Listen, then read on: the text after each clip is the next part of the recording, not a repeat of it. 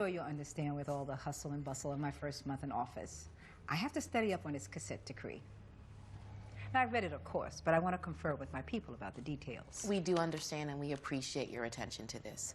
But in light of the outcome of the presidential election and Trump's impending installation of Jeff Sessions as Attorney General... Simply put, Sessions is not going to support any consent decree anywhere.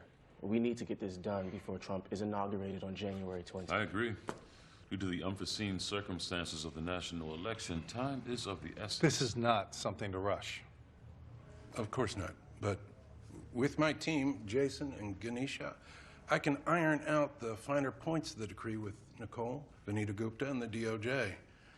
We do have concerns, but let me be clear, Madam Mayor. I support this initiative. It's not a cure-all, but it is a tool for reform. Mayor Pugh, may I jump in? Please. I've looked at what this has cost in other cities. You're going to have to hire monitoring teams. You're going to have to purchase new equipment, new technologies, body cameras for all officers on the street. Are you aware of the expenditure on those items? The money has to come from somewhere, or rather it will be taken from somewhere else. I'm all for police reform, but not at the expense of social programs.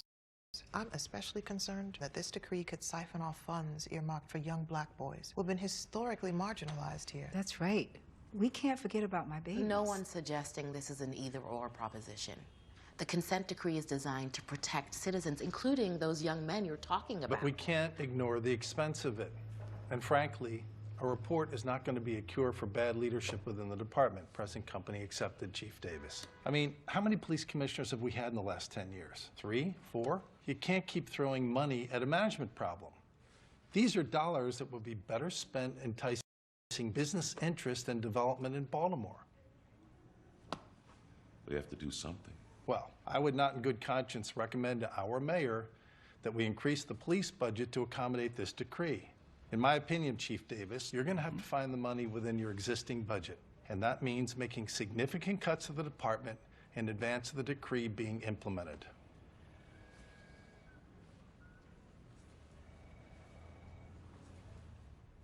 They warned me about this.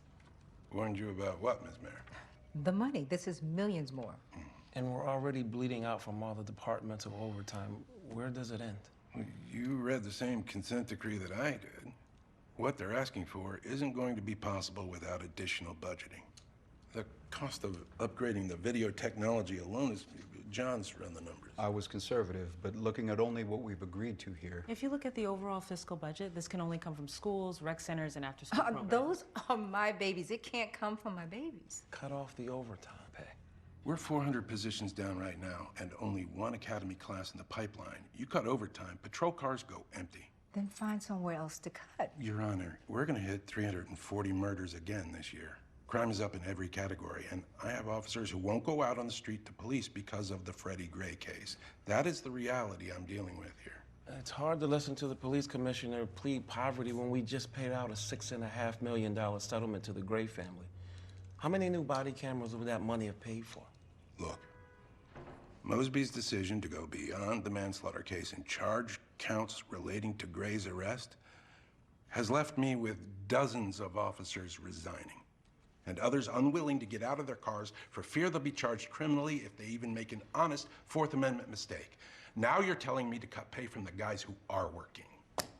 Your job is to keep crime down with the resources that are available. And with the money we're spending and the crime rate out of control in Baltimore, it will no longer be available. No money for my babies. Fine cuts.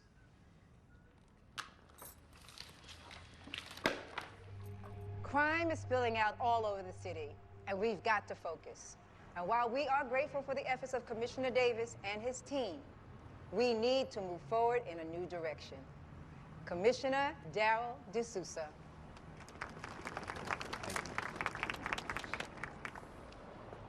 Change is coming to the Baltimore Police Department.